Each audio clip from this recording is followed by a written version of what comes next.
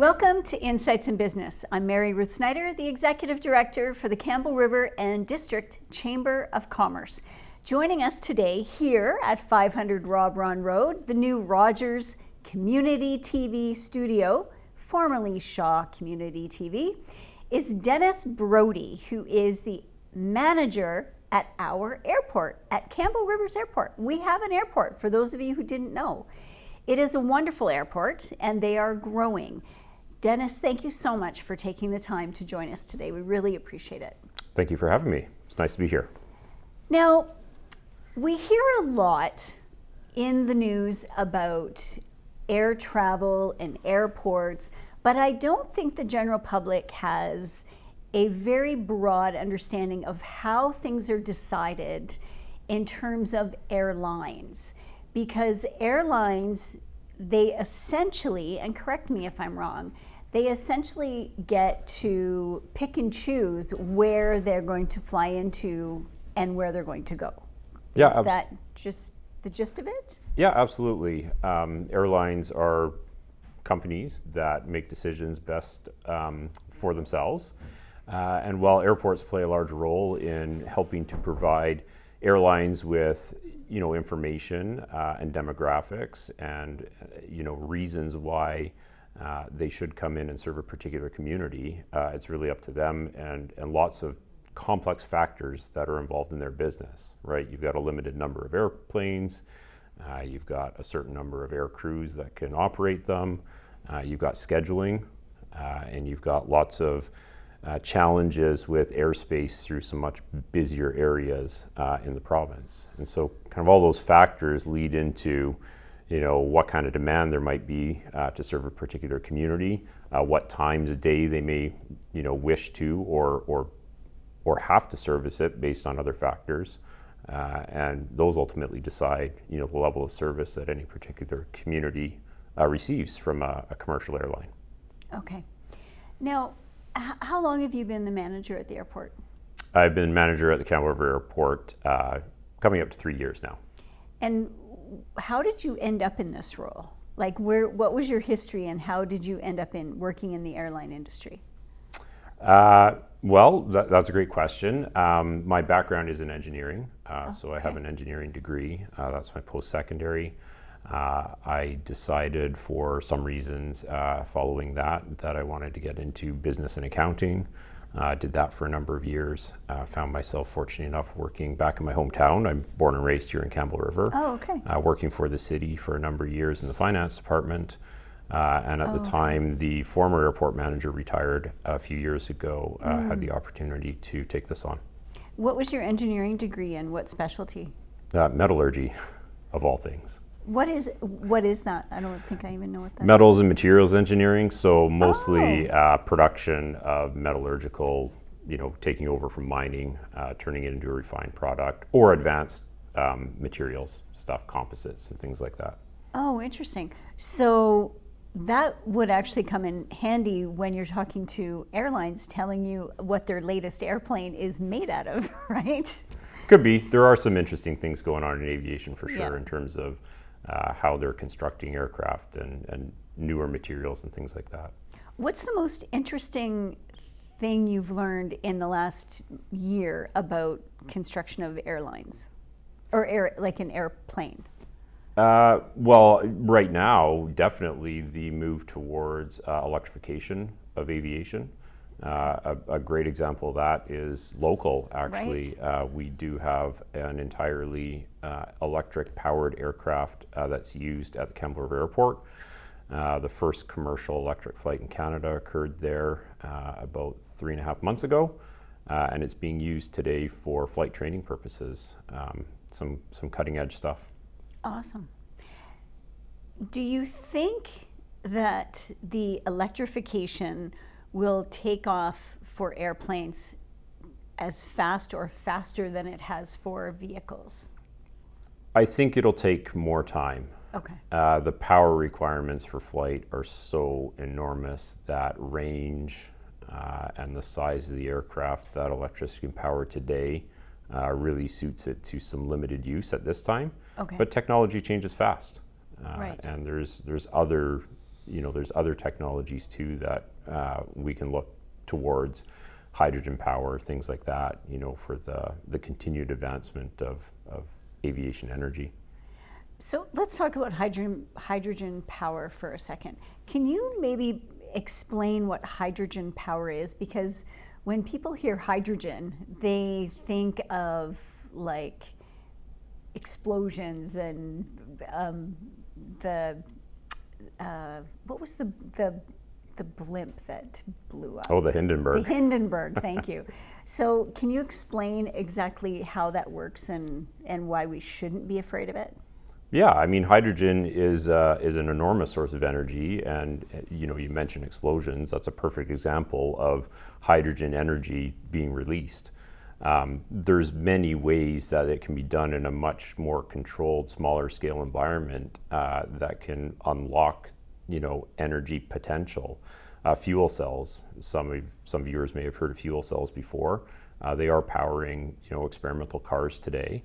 And the nice thing about using hydrogen in a fuel cell is that the only output really is steam. It's water vapor. So there's, ways to unlock the energy potential of hydrogen. But like anything, it takes technology, it takes advancement, and it takes ways to integrate it into systems that we've already have in place today. Have you been surprised by the advancements in technology at how quickly they've advanced, or not? I think we see the electrification of vehicle fleets, and I think we see technology that's moved forward quite quickly as we've developed the ability to pack electrical energy into smaller and smaller battery systems that can be used to power. Specific to aviation and the industry that I work in, you've got a lot more factors that make it challenging and will slow down the advancement of that technology. Weight. I mean, weight is a big factor in aircraft, and I don't think we're at the point now where you can put enough electrical energy into a plane of a suitable size to be carrying, multiple passengers for a while. There's hybrid technologies, there's other things that are developing that will work, but I do think we are some years away from seeing it, advance to a larger scale and probably even farther away from, full-fledged commercial aircraft that are using alternate technologies. Okay. Do you happen to know what the largest plane is right now, kind of in the world, like that's currently flying? For passengers? Yeah. Yeah. So you'd be looking at an Airbus A380 or a Boeing 777 are kind of the two largest. Are those the double-decker ones that have two different layers? Yeah, the Airbuses, yeah. All right.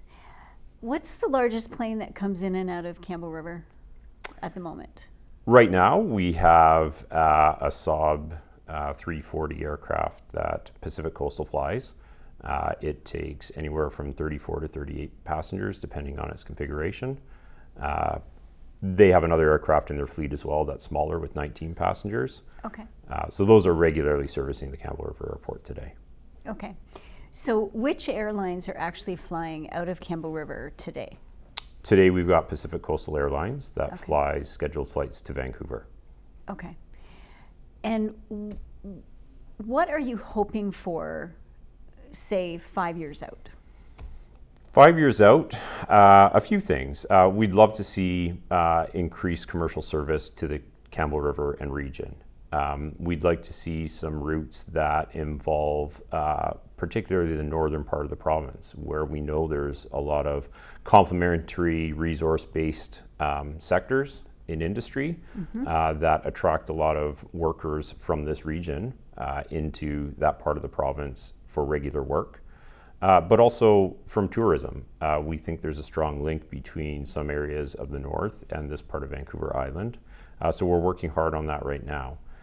We would also like to see a return to direct air service from the Campbell River Airport into the main terminal at Vancouver. Right now, air service into Vancouver is through the South Terminal, which requires longer times for connections and some other challenges around there. And we know that our passengers would really like to see that. So we're working hard on that as well. Now, is that because of the massive renovation that was undertaken over at the Vancouver airport that got shifted?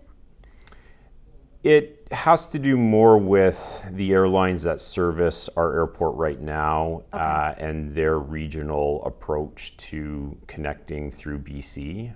For strategic reasons on their part, they prefer the South Terminal. Okay. And depending on your ultimate destination, in some ways the South Terminal, in my perspective, is a great option. It avoids the busyness of that main terminal. Okay. It's also very expensive for smaller airlines to operate in and out of the main terminal at Vancouver, just due to the way the airport authority there, operates the airport.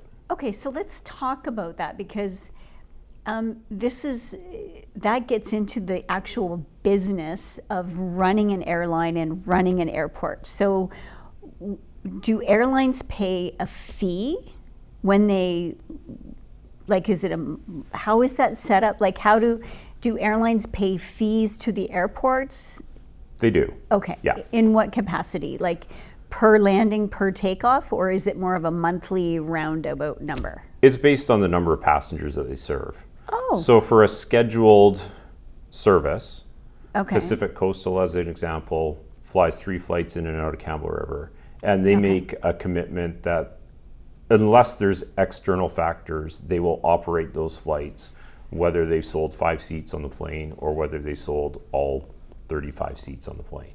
Okay. In exchange for that, they pay to the airport a fee for every passenger that boards the plane in Campbell River, as well as gets off the plane in Campbell River. And Okay. so their cost is really, per passenger, is attributable to that. So they don't have to pay a fixed fee to land at the Campbell River Airport in the same way if they have 30 versus 5. Okay. So those are included in the cost of the airfare, and they remit that money back to the Campbell River Airport on a monthly basis, which is pretty much standard practice across the industry. Okay. And so that's literally globally that happens. Yeah, there could be some changes to that depending on an airport's desire, but usually the norm is across North America, to have those fees match the number of passengers that are using the airport for commercial purposes. Okay. And are most airports operated as independent businesses, or are they operated by the municipalities or the districts, or? There's a real mix. If Okay. you rewind the clock many decades ago, the federal government operated most of the airports in the country that had airline service. Okay. In the mid-1990s, they went through a big policy reform, and they selected a couple of dozen airports across the country that they would continue to own entirely. And they divested themselves of others. Campbell River was actually one of the first in the Western Canada to be divested back to the community.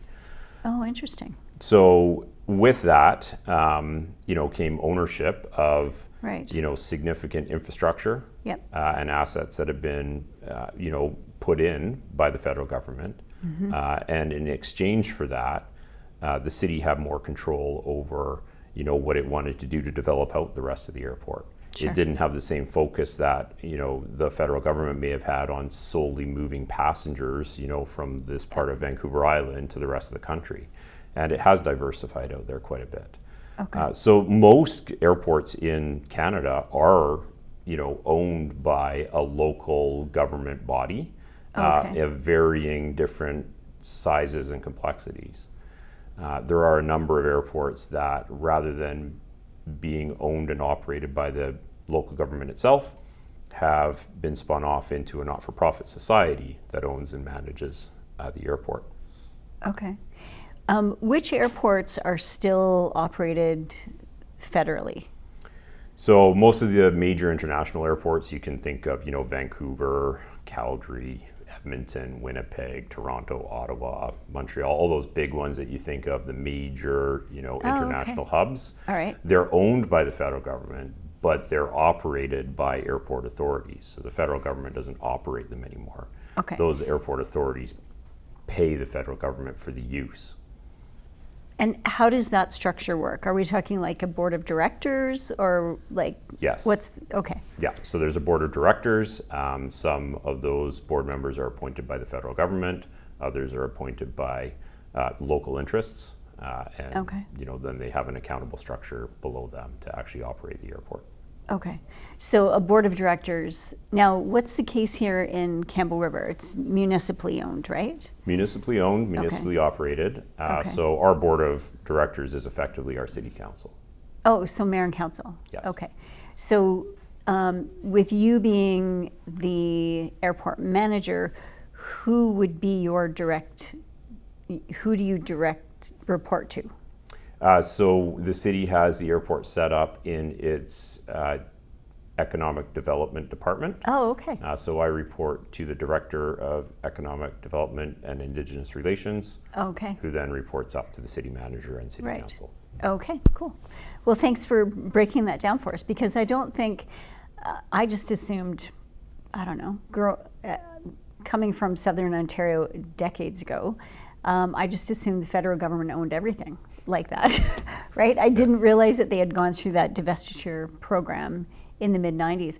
And then shortly after that, or right about that time, they also did the same thing with the wharfs all over Canada. Yep. And they they did. divested out of the wharfs as well. That's right. And now they're supplying grants to help all the nonprofits keep up with all of the upkeep with that. And does the same thing happen with the airports? Like, do they provide grants to the local nonprofits and airport authorities that have to operate them? They do, yeah. Okay. So when they went through that process in the mid-90s, they did set up what's known as the Airport Capital Assistance Program. Oh. It's a big federal grant that recognizes that airports are very infrastructure heavy, and a lot of that infrastructure is very specialized and expensive. The Okay. challenge with that program is the budget hasn't grown since the mid-90s when it was first put into place. Ouch. So you have airports across the country, filing applications for infrastructure upgrades that get more expensive annually without any more money, flowing out to those airports. Okay. If you could say anything to the federal government right now about that program, what would it be? It requires additional financial resources, without a doubt. It is so oversubscribed that airports are delaying safety projects that are necessary, waiting for their turn to get through the funding guidelines. Wow. Okay, that's a little unnerving, actually, as a traveler. I don't mean for it to be unnerving. I mean, obviously, critical safety items are being addressed, Right. without a doubt. We have a safe system. Airports in Canada are extremely safe Yes. organizations. I guess what I mean by that is, physical infrastructure often is designed to meet out a certain life. Right. And so Like they're recovering the runways. exactly, and that's exactly Okay. where I was going with that. So Okay. you can have a situation where, a runway that should be, in a particular condition may be deteriorating. Right. And so what ends up happening with that is, rather than getting the funds to recycle the runway, put down new pavement on it, local authorities, or our part as an example, are having to put significant extra operational funding into the runway safety program to make Right. sure that any bits of asphalt that might be coming out of cracks are swept away Yep. and off the surface, so that it's not a safety concern for aircraft. Right.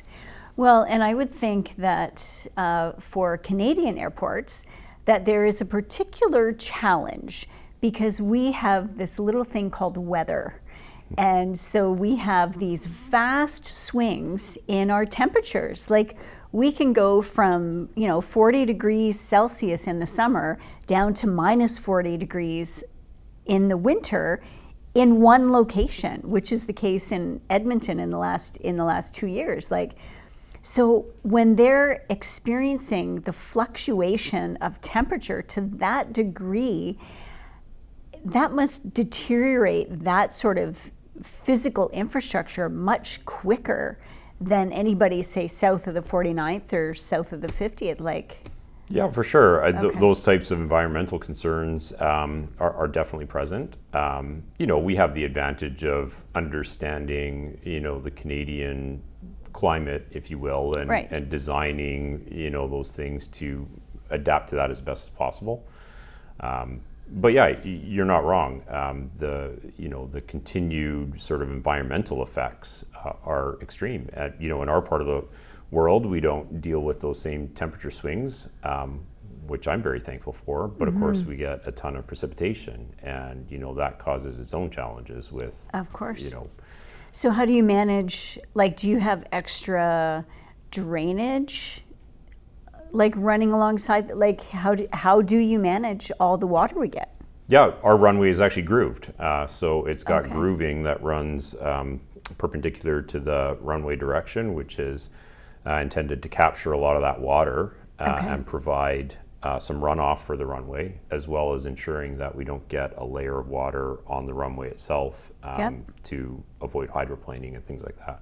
Now, is the runway, does it have a little bit of a curve to it so that the water does run off down the sides? Like, is it just, it would be incredibly subtle, Yep. maybe a degree or two, but that isn't. Yeah, it's actually okay. slanted just a little It bit, is, and okay. so the water runs off all to one side.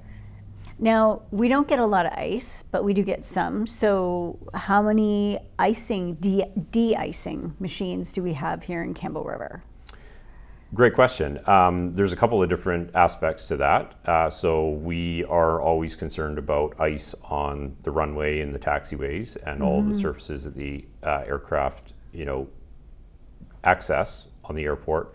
And then the aircraft themselves are concerned about ice forming on the flight surfaces. Yes. So we have lots of equipment to deal with the runway, the taxiways, the apron for de-icing measures.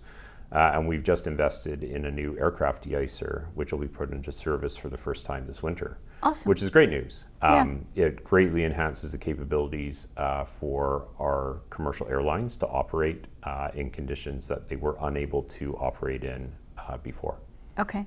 So all of that on the ground infrastructure, like the carts for the bags and the de-icing and the loading and the unloading, do airlines, like, that's all on the airport authority to provide all of that infrastructure on the ground? Or is some of it, or do the airlines have to contribute in some way to that? Or do they contribute by the fee? Yeah, it's a little bit of a hybrid. So Okay. most of the equipment that directly services the aircraft itself is owned by the airline. Oh, The exception to that, Okay.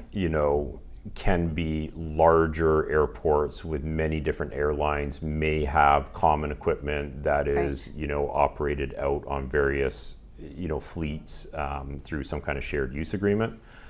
So a lot of what you mentioned here is owned by the airlines. Okay. The de-icing equipment is an exception to that. Okay. The airport owns that and leases that back to the airline for its use. Oh, okay. So, and is that unique to Campbell River, or is that industry standard? Or is there an industry standard? Again, larger, more complex airports often have centralized de-icing facilities and third parties that do it so that the airlines don't have to maintain all of their own equipment. Okay. So there's more shared resources at the larger. Often, yes. Okay. Yeah. Okay. Now, in your role over the last 3 years, what has been the number one thing that you learned that surprised you? Honestly, I would say just how busy and complex our community airport actually is. And so I was born and raised in Campbell River. I've flown out of the Campbell River Airport, many times when I was growing up, family vacations, that sort of thing. I worked for the city for a number of years and had lots of dealings in terms of airport finances. But until you spend some time out there, and my office is located out there, and you see just what goes on a daily basis, is somewhat surprising. I think most people who have traveled through there before commercially, you arrive, an hour early, you sort of see a few things, you get on the plane and you go. The number of businesses operating out of there, the flight school that we have, the helicopter industry that's thriving up there, Okay. and the medevacs that occur. Multiple medevacs occur up there on a weekly basis, providing a critical service to, not just our community, but the region as a whole. Okay. So they're taking patients from there down to Victoria over to Vancouver, depending on the severity of the... Yeah, there's a lot of those. They also bring a lot of patients in from points north for services at the Campbell River Hospital as well. Yeah. So would that be like from, are we talking North Island or are we talking Northern BC? Primarily Northern Island. Okay. Yeah. So Port Hardy. Port Hardy, Port McNeil. Okay. Yeah. All right. So what would you suggest for the citizens of Campbell River, and the surrounding area? We have a huge district, the Strathcona Regional District. We've got Sayward and Gold River and Zabalis and Tassis and everybody that lives rurally. What would you suggest to them if they've never been to the airport? Is there something to eat there? Is there food services? Yep. So come on up and have a look and maybe grab a bite to eat as well. As you suggested, we do have a fairly busy cafeteria, more diner style, counter service, diner style food that's available. They serve breakfast all day. They do get quite a few that come from in town just to come out and have a meal. We have also just opened up a public observation deck that gives a better view out onto the airside than you could get before. Awesome. We'll be doing a grand opening of it to kick off our busier summer season next year. So it's like a soft opening right now, but the cat's out of the bag. Come up and have a look. Prior to that, it was very difficult to get a view out past the terminal building and actually see the entire airfield. Yeah. And the way we've built it provides pretty much an unobstructed view of the whole airport and areas you couldn't see before. That is fantastic. I'm happy to know that. I'm looking for a place to have lunch, so I'll be by there later to have. You had me at breakfast all day. Well, Dennis, thank you so much for taking the time to join us today and explain the business of running an airport. That's very insightful. I learned a great deal and really appreciate your time. Well, thank you very much for having me. It's nice to be here. Thank you so much for joining us for this episode of Insights in Business. Please join us again.